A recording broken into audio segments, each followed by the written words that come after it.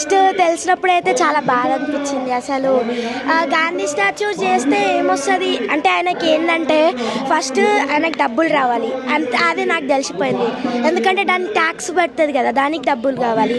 మాకేమో ఫస్ట్ ఏమన్నారంటే అపార్ట్మెంట్ బదులు మేము మీకు డబల్ ఇస్తామంటే, నేను ఫర్ ఎగ్జాంపుల్ ఒక ఫ్లాట్ 70 lakhsకి కొన్నా అంటే 1,40,00,000 ఇస్తారు. అట్లా అంటే ఓన్లీ మా అపార్ట్మెంట్ కూడా కాదు కదండి, మొత్తం కిస్మత్పూర్లో 100+ బిల్డింగ్స్ ఉన్నాయి కదా.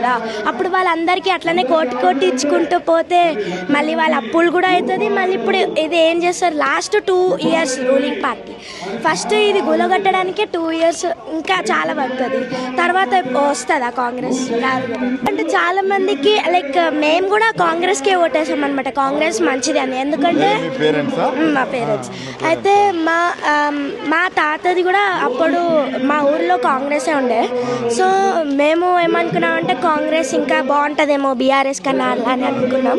బట్ చూస్తే మా ఇల్లు పైన వచ్చేసింది అనమాట అక్కడ. అందుకని నాకు బాధ అనిపిస్తుంది. బాధనే అనిపిస్తుంది కదండి, ఇంకేముంటుంది. నేను నా ఫ్రెండ్ మేమిద్దరం యాక్చువల్లీ లైక్ నేను 1 year ఉన్నప్పుడు ఇక్కడికి వచ్చా, తిను పుట్టినప్పటి నుంచి ఇక్కడ ఉంది. సో మేమిద్దరము అప్పటి నుంచి ఇప్పటిదాకా ఫ్రెండ్స్ ఉన్నాం. అలా వాళ్ళందరూ కూడా మా ఫ్రెండ్సే అనమాట. సో ఒక్కసారి ఇట్లా విడిగొడితే మొత్తం ఫ్రెండ్షిప్ పోతుంది, అంత పోతుంది. అందుకని బాధ.